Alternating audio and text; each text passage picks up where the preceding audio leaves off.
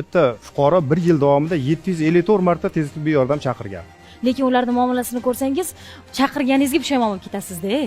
Hovlilarga boradi, uyda nomeri yo'q. Ko'chalarga kiraman deydi, to'siqlar bo'ladi. Hali ko'rasan, qamataman, ustingdan yozaman. Oxalatingni yechib olmasam. Biz borgan joyda yopildik. Rasmiyatchilik to'g'risini aytish kerak. Qarindoshini hatto больницада ko'rishga borish kerak bo'lsa ham chaqirgan tez yordam. Ana shunaqangi holatlar ham bo'lgan. Mana bir rolikda ko'rdikki, hamshira haqiqatdan o'lim yoqasida qolgan odamga yordam bermay ketib qoldi. Mishmishda yuribdi. Endi tez tibbiy yordam xodimlari karate bilan 9-dan qora belbog' sohibi bo'lish kerak degan. Shunday. Qiyin ekan. Bu chaqiriqqa borganda kerak bo'lsa, o'zini himoya qilishga to'g'ri kelyapti. Shunday. Nimaga bunday keng tarqalgan nimani hisobiga? Endi odamlarga Odamlar qiyin. To'g'ri, mavzu chigan, tushunaman. Lekin bugun biz baribir dolzarb mavzu, hamma uchun muhim mavzuda gaplashamiz. U ham bo'lsa favqulodda holatlar, tez tibbiy yordam, sifati, undagi muammolar. Bilaman, sizning ham savollaringiz ko'p. Ularga ham biz javob olishga harakat qilamiz. Bu gapirmasak bo'lmaydi va biz boshlaymiz.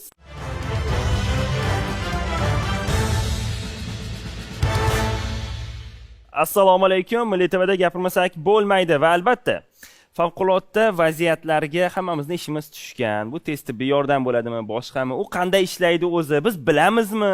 Shu huquqlarimiz chegarasini bilamizmi? Mana shular bo'yicha biz so'rovnoma tashkillashtirganmiz. Uni tomosha qiling va savollarga o'zingiz ham parallel javob berishga harakat qilib ko'ring. Marhamat. Yurtimizda tez yordam sifati qanchalik deb o'ylaysiz? 1 soat, 1,5 soat. Eng kamida. Kelsa agar, kelmasa umuman kelmaydi. Keyin majbur o'zimiz mashinani olamiz, olib ketamiz, olib boramiz. Больницаga o'tkazib borsang yana registratsiya deydi, pasport yo'q deydi, anu manba deydi. Xullas million ta anaqa bahona topishadi. O kasal bo'lyapti-ku, qaramaysanlarmi desa, familiyangiz nima deydi? Qarash kerak. Nurafshon shahrida turamiz, chekkarog'ida. Qo'shnimga tez yordamni chaqirganimizda 40 minutda keldi. Qoniqamiz, Xudoga shukr, chaqirgan vaqtda keladi, qanday yordam ko'rsatish kerak bo'lsa ko'rsatadi. Chiqib yozyapsizmi kameraga? Yozayotgan bo'lsa yaxshi, men yana shuncha gapirib hayron bo'lib turgan. Ular bo'lmasa nima qilardik? Hamma odam kasal bo'lib, sog'lig'ini yo'qotib, falon pulga keyin chet davlatga borib davolanib kelishadi. Bizda yaxshi. Men Buxorodanman. Buxoroda yaxshi. Tez yordam sifatidan qoniqasizmi? Qoniqaman. Siz chaqirib ko'rganmisiz? Ha, o'zim medikman, tez yordam ishlayman. Siz xodim ekansiz. Tez yordam kechikishga nimalar sabab bo'ladi? Yo'ldagi taksistlarning yo'l bermashligi ko'p sabab bo'ladi. Yo'lda tez yordamga yo'l bermasliklaridan asosan o'tkazib yuborish kerak yoki alohida tez yordam mashinasiga yo'l qilib qo'yish kerak.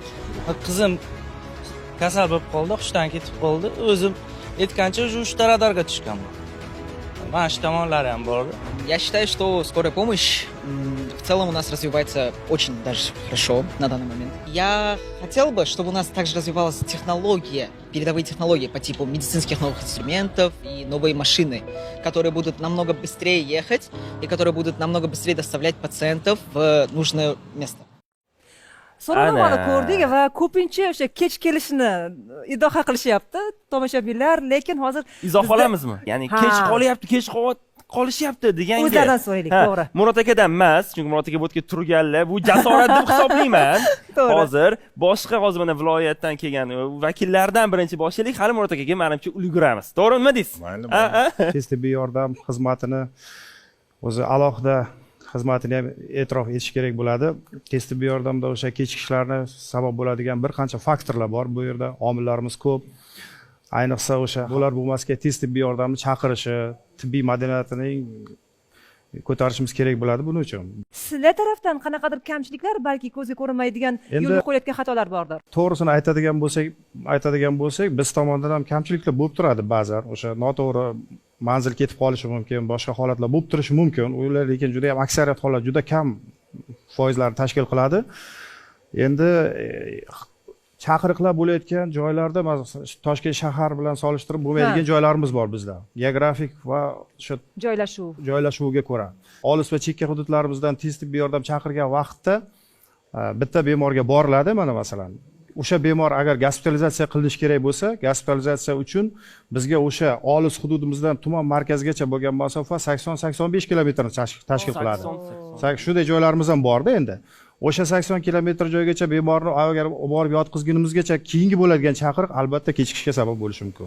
Agar kechikishlar bo'ladigan bo'lsa ham, bu ko'chalarning eng tirband vaqtlariga to'g'ri keladi. Xodimlar yetishishi qanchalik? Xodimlar va brigadalar yetarli miqdorda. Endi bunday oddiy taqqoslab ko'rsangiz, 5 yil oldin O'zbekiston bo'yicha bor mavjud brigadalar hozirgi vaqtda 3 barobar ko'paygan. Boradi, Toshkent shaharida ham shunday bilaman. Hovlilarga boradi, uyda nomeri yo'q. Ko'chalarga kiraman deydi, to'siqlar bo'ladi. Bizda tez tibbiy yordam xodimlari yotlab olmaydi uyda nomerni. Kirib qaysi uyligini izlab yuradi. Endi bir xil 80-85% uylarda qariya bo'ladi, bitta qarovchisi bo'ladi, chaqiradi. U buni tashib tez yordam kutib olmaydi, tezga topib ket deb turadi-da. Shu sababdan kechikish bo'ladi. Ana endi mana biz mutasaddilarni eshitdik, xalq vakillariga ham yuzlanamiz. So'rovnomani ham eshitdinglar. Izohlarni ham. Sizlarning endi reaksiyalari qanday bunga? Shaxsan men o'zim necha marta tez tibbiy yordamga murojaat qilgan bo'lsam, ba'zi bir holatlarda tez yetib kelgan paytlar bo'ldi. 10 daqiqa oralig'ida yetib keldi. Balki o'sha payt uyimga yaqin masofa bo'lganligi uchundir, bilmadim. Ba'zi bir holatlarda 3 yoshli farzandim 39 isitma bilan turibdi, lekin 45 minut biz tez tibbiy yordamni kutdik. Lekin biz Toshkent shahrida markazda joylashgan uyim, hayron qoldim. Nimaga bunday sabab desam, tez tibbiy yordam kelgunga qadar meni farzandim isitmasi tushib bo'ldi. Ya'ni biz ketma-ket dorilarni berib qo'rqqanim uchun o'sha isitma tushib bo'ldi. Qani bolangiz yaxshi-ku degan savol bilan menga murojaat qilyapti. Kechirib qo'yasiz dedim. Feruza, so'ramadingizmi o'shanda nimaga kech qolishgan ekan? Yo'l tirband bo'ldi. Keyin aytishdiki, hozir kasallar ko'p. Har safar lekin nimagadir mana shu javobni kutaman. Hozir kasal ko'p, o'shaning uchun sizni navbatingiz kelguncha kutishingizga to'g'ri keladi. Kunni qaysi qismi edi agar esingizda bo'lsa? 10-11 larning oralig'ida kechki payt edi. Tushunarli. Demoqchiman, tirband payt emas, chaspik payt emas. 6 dan 8 gacha bo'lgan payt baribir yo'llar chaspik tirband bo'ladi-yu. Bunday emas. Kechqurun 4 dan oqshom 12 gacha pik vaqt boshlanadi. Aynan Toshkent shaharida ham 10-11 pik vaqti bo'ladi asosan. Bunga analitika shart emas. Bu masala bo'yicha analitik qilinadi. Bu call centerimizda 100 joy telefon qilsangiz konsultatsiya beradigan vrachlarimiz ham bor. Mana temperatura qilayotgan vaqtda konsultatsiya qilib, o'zi dunyoning rivojlangan davlatlarida o'zi do gospitalizatsiyani tez yordam kelguncha davolaydi. U tez yordam hammasiga bormaydi. Masalan, qo'shni davlatlarimizda ham ikkita uchtasi shunaqa shakllanib bo'lgan, temperatura bilan murojaat qilganga tez yordam bormaydi. Bizda xohlaysizmi yo'qmi 100% hammasiga boradi. Utta birinchi tez yordamga muhtoj kasalimiz bor, unga birinchi o'rinda borish kerak. Bu yoq temperatura qilyapti deydimi? Birinchi bunga kir, keyin bunga kir deb ko'rsatma beriladi. Ya'ni prioritetlashtirish. Tushunarli. Keyin bunaqa narsa bo'ladi, mana shamollash, baribir kechqurunga qaysidir kasallik bo'ladimi, boshqasi bo'ladimi, hamma hududda oilaviy poliklinikalar shakllangan 8 dan 8 gacha ishlaydi. Shu vaqt oralig'ida shu hamma viziv tez yordamga tiqilib qolmasligi uchun bemalol poliklinikaga murojaat qilib. Demak, kechasi murojaat qila olmaydi. 8 dan keyin bizga tez yordamga bemalol murojaat qilsa bo'ladi. Aksincha, poliklinikalar soat vaqti 6 da ketib bo'lishgan bo'ladi hamma. Yo'q, 8 gacha ishlaydi. Biz borgan joyda rasmiyatchilik to'g'risini aytish kerak. Aslida 8 gacha ishlaydi. Aynan rasmiyatchilik emas. 8 gacha to'liq ishlaydi. O'zim bordim. Hamma hududda poliklinikalarimizda kunduzgi statsionarlarimiz bor. Samarqandda 8 gacha o'zi bizlar ko'pini tahlil qilib aytamiz telefonda ham. Siz bemalol hozir boravering, unaqangi siz birinchi yordamga muhtoj emassiz hali deb vrachlarimiz tahlil qilib beradi. Endi qarang, men vrachman o'zim, lekin o'zim bemor sifatida bordim. Xuddi shunaqa aytmoqman, mazam yo'q, kapelnitsa ovotidan o'zingizda olmoqchiman poliklinikamda. Menga ham aytishyapti ham bemalol, mana 2 gacha bitta brigada ishlayapti, 2 dan 6 gacha bitta brigada. Bu yangilik emas, bu narsa bo'lganiga qancha bo'libdi? 4 yildan ziyod bo'lyapti. Bilmas ekanman. Aynan Covid vaqtida tashkillashtirildi bu. Har bitta mana siz har bitta fuqaromiz uchun alohida oilaviy shifokor ajratilgan. Siz har qanday murojaatingiz unga aytasiz, u keyin sizni qaysi tarafga yo'naltirishni belgilab beradi. Hozir birlamchi tizimda Demet tizim ishga tushdi. Juda mukammal zo'r ishlangan. Mana oddiy misol qilib aytay, bizlar Rossiya bilan, Turkiya bilan, Yevropani, Ispaniya davlatlari bilan hamkorlikda ishlaymiz. Programmalarimiz ulardagi bilan bir xil. Bitta Turkiya davlatini oladigan bo'lsak, bizda Demet degan dasturimizga o'xshagan dasturni shakllantirish uchun 8 yil ishlagan. bizda mana 2 yilda shu dasturda shakllantirib ana shular уровеньda ishni boshladi o'zi ular. Ularni darajasida boshladi. Fuqaro 2025-yilning 23-fevraldan boshlab tez tibbiy yordam xizmatiga bir necha marotaba murojaat qilgan va har safar unga tibbiy xizmatlar ko'rsatilgan. Jumladan joriy yilning 6-mart kuni uning nomidan 5 marta chaqiruv kelib tushgan. Hammasiga tibbiy xizmat ko'rsatilgan. Podezga tashlab ketildi degan gaplar tarqaldi. Bu gaplarda jon bormi o'zi? Tez yordamga bir rahmatimni aytib o'tmoqchiman. Nimaga? Karantin paytida juda ham chiroyli ishlashdi. Yaxshi tomonini aytaman va yana o'zimni Keyin yomon tomon deysiz. Yomon tomonni ham hozir aytaman. Bilaman. Ba'zi bir xodimlar juda ham muomalasi qo'pol. Chaqirganingizga pushaymon bo'lib ketasizda.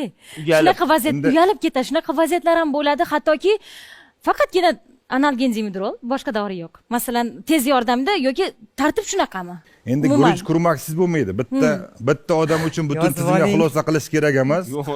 Bizda tez yordamda 63 ming xodim ishlaydi. Bizda 42 xil, 46 xil dori hammasi bor hozir. Mana shu yoki qilgisi bor edimi? Mana qilib qo'ying bormisa yo'q. Yo'q, endi qarang, bizda xalqimiz urganganga ko'proq dori qil deyishdi. Bizlar unga qarshimiz. Tushunyapsizmi? Tez yordam davolaydigan tashkilot emas, birinchi yordam ko'rsatadigan tashkilot. Sizga borib birinchi yordamga kerakli narsani qiladi, lesh narsani qilmaydi. Har bir dorini protivpokazaniyasi bor. Beradigan reaksiyasi bor. Mana shu haqida ham shuni qilib problemaga orttirmaydi-ku o'ziga. Murod aka, shu bo'yicha ham gaplashishimiz kerak. Ya'ni tez tibbiy yordam chaqirganda o'zi u nima xizmat ko'rsatadi, undan nima so'rashimiz mumkin? Bu haqida tasavvurlar har xil. To'g'ri. Hozir sekin uchini chiqardingiz. Agar tez tibbiy yordam har qanday birinchi yordamga muhtoj tibbiy xizmatni qilib beradigan tashkilot. Nimalar kiradi? Nimalar kiradi masalan? Endi defibrillator, masalan, bormi u? Yurak qisishi bor, avariya holatlari bor, tez holatlari bor, shunaqangi holatlarda bo'ladi-ku. Masalan, muntazam yuragi sanchib yurgan odam borsin, poliklinikaga borsin, больницаga borsin, yo'llanma bilan yotib davolansin. Yoki surunkali kasalligi bo'lsa borsin. Surunkali kasal. Mana bizani analitiklarimiz bitta ko'rganda 1 yilda bo'ladigan murojaatlarning qariyb 30% surunkali kasal. U degani masalan Samarqand shahrida bir kunda 4000 ta chaqiriq bo'lsa, 1000 tasi surunkali degani. Tez tibbiy yordam o'sha kechikishlariga yana asosiy sabablardan biri biz analiz qilib chiqqanmiz buni. Biz shunday tahlil o'tkazdik barcha viloyatlar bo'yicha.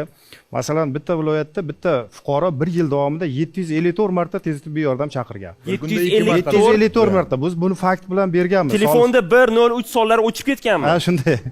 Shunday deyish ham mumkin. Shunday bilishgan. Xo'p, ana endi yana bir mavzu u ham bo'lsa yolg'on chaqiriqlar. Shunga o'tsak, faqat muhokamani boshlashdan avval bir rolik bor, uni tomosha qilib keyin boshlaymiz. Marhamat. Shu doktorlarga ham hayronsan. Tez kela qolmaydi. Yana skoriymish. Assalomu alaykum, bemor kim? Bemor yo'q. Bizga paxta bilan spirt kerak edi. Chiqib kelishga erindim. O'shaning uchun chaqirdik. Bilasizmi, anta qancha og'ir bemorlik kutib turibdi. Masalan, kelovilarni ham ustingizda arz qilaman. O'char. Chol.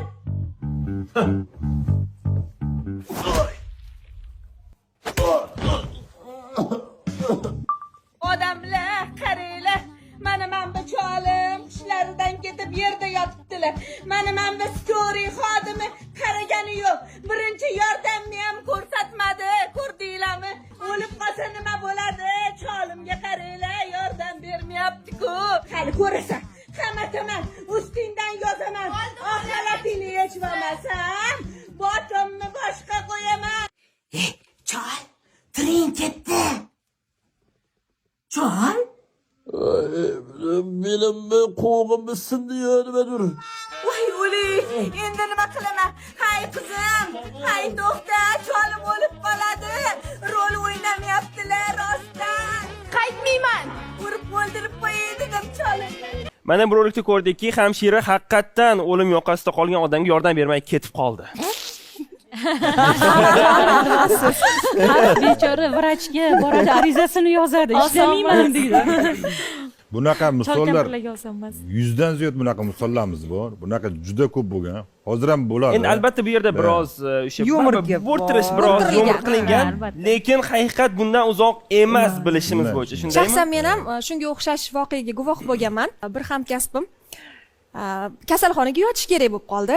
Keyin men aytdim, kasalxonaga qachon yotasan, mazam bo'lmayapti desam, nima qilaman kechki payt skoriy chaqiraman deb skoriy bilan borsam bepul davolab qo'yishadi deydida hayron qoldimda eshitib.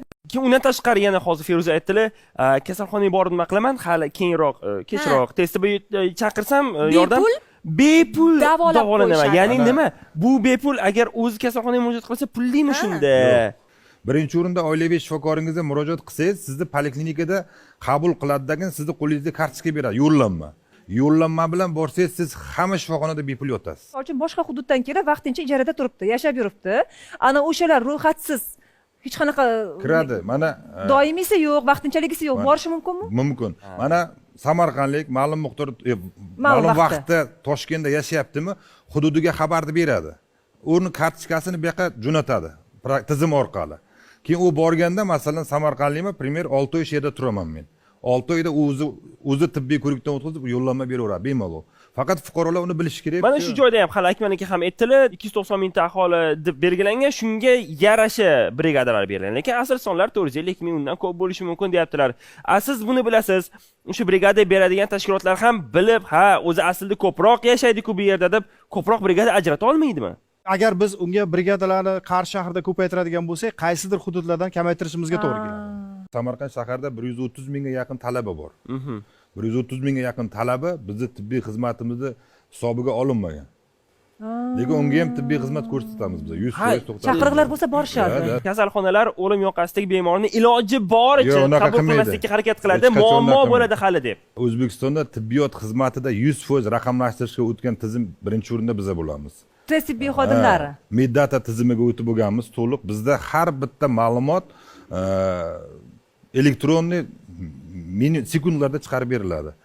Qancha kechikish, qancha o'lim, qancha 20 minutda bordi, qancha yarim soatda bordi, hammasi ko'rinib turadi. Menda ba'zi raqamlar bor. 24-yilning 3 oyida, birinchi 3 oyda, ya'ni bu ro'parosa 1 yil avval, tez tibbiy yordamga 3.1 million chaqiruv bo'lgan. Mumkin. Juda katta 3.1 million chaqiruv. Endi manbasi ham albatta kunuzda chiqarilgan. 23-yilning dastlabki 3 oyida esa tez yordamga 893 ta yolg'on chaqiruv kelib tushgan. Bu ham ko'pmi? Ayrim shaxslar borki, masalan, qarindoshini hatto больницада ko'rishga borish kerak bo'lsa ham chaqirgan tez yordam. Ana shunaqangi holatlar ham bo'lgan. Olis hududda bo'ladi, tez yordam chaqiradi, kelgandan keyin meni больницagacha olib bor deydi. Nima qilaylik? Taksi vazifasini bajarib qoladi tez yordam o'sha payt. Olib ketmaymiz desa, to'xta, hozir telefon qilaman, ishonch nomeriga. Ishlarga chiqqan ko'p holatlar bo'lgan. Keyin mening ketdi deydi. Bu endi xuddi keldim keyin baribir qaytasan-ku, bo'sh ketma degan ma'noda. Yana bitta narsaki, mana 13 ming aholi soniga qarab tez yordam ajratilgan deyapmiz. Kechikishlarga qaraydigan bo'lsak-da, bu yerda 13 ming emas, shu geografik joylashuvga yoki tog'liq hududga qarab ajratilsa maqsadga muvofiq bo'ladi deb o'ylayman men. Surunkali kasallar, ambulator tarzda davolanayotgan bemorlar dorilarni olib, kapelnitsamni qilib qo'ying, mana shu dorimni qilib qo'ying deb. Lekin tez tibbiy yordamni standartida bunday narsa yo'q. Bizlar tez yordamga muhtoj bo'lgan bemorlarga o'zimizning dorilarimizni qilishga haq-huquqimiz bor.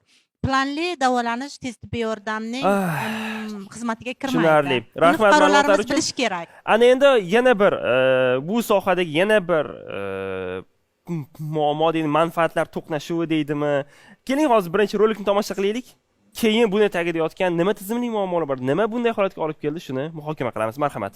Meni-ku ahvolim og'ir emas, ammo og'ir ahvoldagi bemor tez tibbiy yordam xodimlari tomonidan ko'p qavatli uyning yo'lagiga tashlab ketilganligi haqida ijtimoiy tarmoqlarda xabarlar tarqaldi. Bugun biz aynan mana shu mavzuga oydinlik kiritamiz. Uchastkoylar bu qayerga olib boradi? Skorin o'zi olib kelib bizni domga tashlab ketgan buni. O'zi skandal edi. Ma'lum bo'lishicha 1953-yilda tug'ilgan fuqaro 2025-yilning 23-fevraldan boshlab tez tibbiy yordam xizmatiga bir necha marotaba murojaat qilgan va har safar unga tibbiy xizmatlar ko'rsatilgan. Jumladan joriy yilning 6-mart kuni uning nomidan 5 marta chaqiruv kelib tushgan. Hammasiga tibbiy xizmat ko'rsatilgan. Podyezdga tashlab ketildi degan gaplar tarqaldi. Bu gaplarda jon bormi o'zi? Yo'q, bu gapda jon yo'q. Bemor so'zidan mana shu manzilga olib kelib qo'yasiz degan uchun tez tibbiy yordam brigadalarimiz yordam tariqasida bemor talabiga ko'ra shu manzilga olib kelib qo'yilgan. Buni bemor o'zi tasdiqlashi ham mumkin. Qabul bo'limida birlamchi yordam ko'rsatilgandan keyin bemorning hech kimi yo'q, boquvchisi yo'q, yaqini yo'q va aniq bir yashash manziliga ega bo'lmagani uchun ko'chada qoldirmaslik uchun haligi bemorni yashash manziliga mana shu aytgan manzilga olib qo'ygan va 102 ga xabar bergan. Ichki ishlar xodimi kelib turib, demak yana qo'shimcha 103 brigadani chaqirib, birinchi klinik shifoxonaga olib borilgan.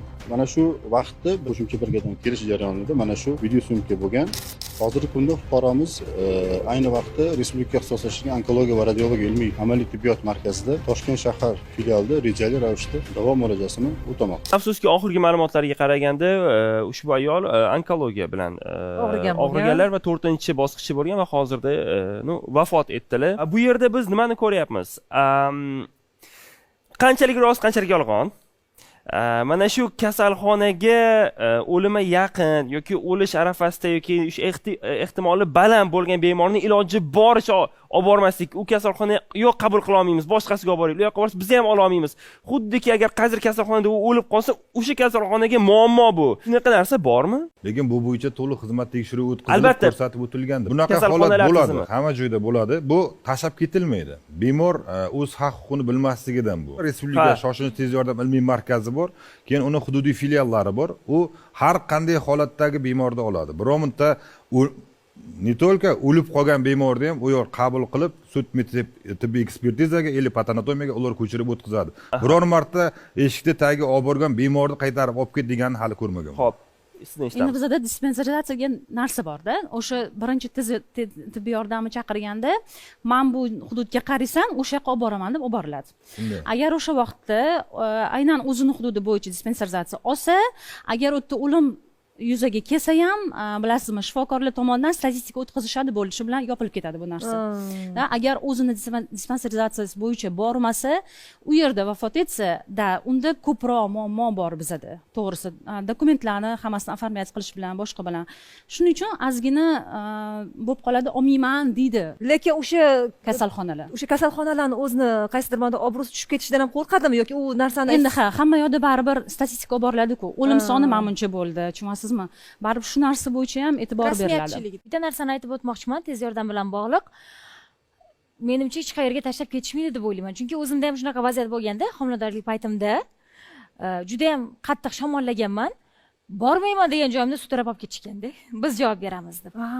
Oxirgacha turib berishgan tez yordam. Shunaqa vaziyatlar ham bo'lgan. Hozir esimga tashlab ketishi mumkin emas. Masalan, hozir eshitib, bunaqa vaziyatni ham esladim, lekin mana shu yotgan raddomimda bir haftadan keyin shunaqa voqea bo'lgan, hattoki tarqalib ham ketgan, esingizda bo'lsa, 9 oylik homilador ayolga yordam berishmagan. Tug'ruqxonaga kirgizmagan. To'g'ri, 3 yil oldingi voqeani deyman. Kirgizmagan, tez yordam bilan kelgan, lekin ularda joyi yo'q edi, bu ayol ko'chada qolgan. Demak, ma'lumot hozir kelib chiqdi. O'sha Sergeli tug'ruqxonasiga olib borilgan, qabul qilinmagan, tasmiya olgan, chunki sababi keltirilganda propiska yangi yo'lda bo'lgan ekan. Chunki o'sha qilishmagan o'sha. To'la bo'lgan, borgan raddom tushunasizmi? Qarangda, ayol holatda bo'yicha ham bu holatda ham mana protokol, reglamentlar bo'ladi. Mana shu vaziyatlarni o'rganib, har bitta vaziyatda chiqish yo'li bo'lish kerak. Bunaqa yo'q bo'lsa nima qilinadi, ha bo'lsa nima qilinadi. Keyingi masalan, daraxt bilan ketiladi, bu bo'lsa qayerga boriladi, bunday bo'lsa qayerga boriladi. Bu holatda ham o'sha agar qabul qilmadimi Sergeli, tez tibbiy yordam chaqirib berish kerak edi, kerak joyga borish kerak edi. Shunchaki eshik yopilmaydi. Endi bizga aloqasi bo'lmagan, bizni propiskada bo'lmagan odam kelsa nima qilamiz deganda protokol bo'lish kerak. Mana qoidasida, mana shu ishni qilamiz degan narsasi bo'lish kerak. Agar tug'ruqning ikkinchi davri boshlangan bo'lsa, u territoriya kiradimi, kirmaydimi, u majbur raddom oladi. Nodir aka, ma'lumotlar uchun rahmat. Ana endi o'tin haqida gaplashsak. O'tin? Marhamat, ro'ying tomosha qilamiz. Skoriyda ahvoli. O'tin olib ketyapti, o'tin. Qo'qon shahar. Demak, bu aka tez tibbiy yordam ishinglarmi yoki tirikchilik vazirligidanmi nima bo'lyapti hozir? Bu holatda haqiqatan o'sha tibbiy mashinaga yuk ortilgan, o'tin ortilgan, lekin bu mashina albatta bizdan eskirgan mashina, mana eskirgan mashinalarimizni tumanimizdagi va viloyatimiz miqyosidagi o'sha davolash profilaktika muassasalarini xo'jalik ishlari bo'yicha o'tkazganmizda. Xo'jalik ishlari uchun ishlatilish uchun berganmiz. Biz boshqa joyga sotmasdan, auksion qilmasdan berganmiz. Bu yerda bitta xatolik ketgan, o'sha bizani 103 logotipimiz qolib ketgan. Ular o'zi tibbiy xizmat deb yozib, ko'rsatma 103 logotipini o'chirib tashlaganda bu nakleykalarni silib tashlagan hammasi. video chiqmagan bo'lardi, tarqalmagan bo'lardi. Endi shu vaziyatda men yana bir sohaga hozir e'tibor qaratgan bo'lardim. U ham bo'lsa, ya'ni tez tibbiy yordam sohasiga eng yaqin bo'lgan u ham mana favqulodda vaziyatlar. Ya'ni o't, suv, turli kutilmagan falokatlar bor. Favqulodda vaziyatlarda aholiga birinchi yordam ko'rsatish bo'yicha ham ishlar olib borilyapti. Mana keyingi paytlarda mana Sardoba suv ombori yorib chiqdi 2020-yilda, xabarlaringiz bor. 2020-yilda COVID-19 ning rasman e'lon qilindi. Hozirgacha endi pandemiyasi bu deyarli davom etyapti. Favqulodda vaziyatlar, tabiiy texnologik hamda ekologik favqulodda vaziyatlar deb aytadigan bo'lsak, tabiiy favqulodda vaziyatlar aynan kasalliklarning o'zi ham tabiiy favqulodda vaziyatlarga kiradi. Ya'ni bular alohida turuvchida, ko'lami bo'yicha ham. Bizda hozir lavha ham bor, aynan mana shu favqulodda vaziyatlar bo'yicha. Qashqadaryo viloyat favqulodda vaziyatlar boshqarmasiga Qarshi shahar Navo mahalla fuqarolar yig'inida joylashgan ko'p qavatli uylarning birida lift qulflanib qolganligi, uning ichida 4 nafar yosh bolalar qolib ketganligi to'g'risida xabar kelib tushgan. Xabarga ko'ra, zudlik bilan aytilgan manzilga qutqaruvchilar yetib borgan va maxsus asbob anjomlar yordamida lift ochilib, bolajonlar qutqarilgan hamda ota-onalarga sog'-salomat topshirilgan. Yana bir boshqa holat esa qutqaruvchilar tomonidan pastlikka tushib ketgan avtomashina haydovchisiga hamda yo'lovchilarga yordam ko'rsatildi. 28-mart kuni soat 12:55 larda Toshkent vodiy yo'nalishida Cobalt rusumli avtomashina haydovchisi boshqaruvni yo'qotib, yo'lni chetidagi pastlikka tushib ketganligi to'g'risida Qamchiq maxsus qidiruv yon-qutqaruv boshqarmasiga xabar kelib tushgan. Xabarga asosan qutqaruvchilar zudlik bilan aytilgan manzilga yetib borib, maxsus texnika va asbob anjomlar yordamida avtomobilni chiqarib olishadi. Farg'onada fuqaro 40 metrlik quduqqa tushib ketdi. Dilmurod, qali? Yaxshimi? Sekin chiqyapti уже, ha. Ozgina qoldi yana. Ozgina qoldi. Sekin. Boshiga ehtiyot bo'linglar, boshiga ehtiyot bo'linglar. Dilmurod, oyog'ingizni qo'ying tevaga. Qayd etilishicha, Sohibkor ko'chasi 3-uyning hovlisidagi quduqda ishlayotgan 1977-yilda tug'ilgan ishchi o'zining elektr tortkichi ishlamay qolishi natijasida 40 metr chuqurlikda qolib ketgan. Viloyat favqulodda vaziyatlar boshqarmasining maxsus xodimlari esa voqea joyiga tezkorlik bilan yetib kelib, fuqaroga yordam ko'rsatishganligi ma'lum qilindi. Mana hozir rolikni ko'rdik. Qonarli, albatta, professionallar ishlashi. Ketma-ketligi albatta favqulodda vaziyatlar vazirligi alohida rahmat aytilishiga arzigulik. Endi mish-mishlarga o'tsak. Endi nima emishki, tez tibbiy yordam ham pulli bo'larmish degan gaplar ora-chorada qalqib chiqyapti-da. Bunga munosabat qanday? Tez tibbiy yordam xizmatida pulli xizmat ochish rejalashtirilgan. Qo'shimcha xizmat rejalashtirilgan, u qo'shimcha xizmat. U mana masalan bitta bemorni bu hududdan bu hududga olib borish tez tibbiy yordam xizmatining normativida yo'q. Xizmat ko'rsatish. To'g'ri, biz maxsus yordam emas, xizmat qo'shimcha avtomashina yoki brigada ajratib, ularni pulli xizmat tashkil qilishimiz mumkin. Ikkinchi masala, masalan, kechqurunda bizga tegishli bo'lmagan xizmat turini chaqirib qolishi mumkin xodim fuqarolar. To'g'rimi? Masalan, meni ultrazvuk qilib qo'y desa, biz o'shanda tashkil qilishimiz mumkin borib. Bu masala bo'yicha bizda hozir ishlar olib borilyapti. Xudo xolasa yaqin kunlar ichida qonuniy asoslangandan keyin xizmatni yo'lga qo'yishimiz mumkin. Lekin birlamchi ko'rsatiladigan tez tibbiy yordam xizmati bepul. Bu ma'lumotlar foydali bo'ldi. Qayerda afsona, qayerda bo'xton bilib oldik. Ana endi bizda ko'tarinki ruhdagi bir video rolikimiz ham bor. Odatda ayollar oy kuni yetganda tug'ruqxonaga shoshadi, lekin bu safar Buxoro viloyati Romitan tumanida chaqalog'imiz tez tibbiy yordam mashinasida dunyoga keldi.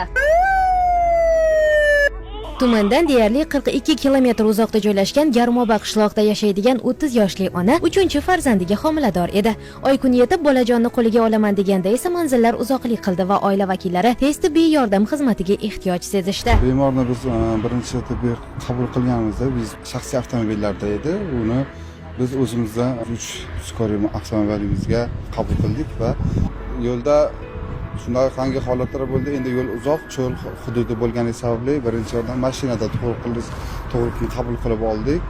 farzandni dunyoga eson-omon keltirib oldilar. Biz mana ko'ryapmizki, bu yana o'sha moddiy texnik baza, umuman texnologiyalarning yana rivojlanishi, bizga kirib kelishi, hozir demak, mana shu tez tibbiy yordam avtomashinasini o'zida to'g'ri qabul qilinish ilojisi bo'lyapti va kelajakda kerak bo'lsa qanaqadir shu ekstren deydi, ya'ni favqulodda muolajalar ham qilinishi menimcha ko'zda tutilgan, shundaymi? Endi rejalarimiz juda katta, endi xudo xohlasa asta-asta eshitib ko'rib. Mo'llashtirish kursi bizning rejalarimiz katta, deng. Bo'ldi, biz soliqlarni vaqt-vaqtida to'lab turamiz unda. To'layapmiz-ku. Har doim vaqtida to'laymiz, lekin To'layapmiz, bizda muammo yo'q. Ajoyib. Demak, bugun biz favqulodda vaziyatlar haqida, tez tibbiy yordam haqida, u yerdagi yangiliklar, ba'zi kamchiliklar, ularga izoh oldik. Ijtimoiy tarmoqlarda shov-shuv bo'lgan holatlar, vaziyatlarga ham izohlar oldik, aniqlashtirdik. Menimcha tomoshabinlar uchun foydali bo'ldi. Biz nafaqat huquqlarimizni, balki mas'uliyatlarimizni ham bilib oldik. Majburiyatlarimizni ham. Kuchli so'z, majburiyatlarimizni ham shunday. Menimcha foydali bo'ldi deb o'ylayman. Xulosa albatta o'zingizdan. Bu gapirmasak bo'lmaydi edi. Xayr, salomat bo'ling. Xayr.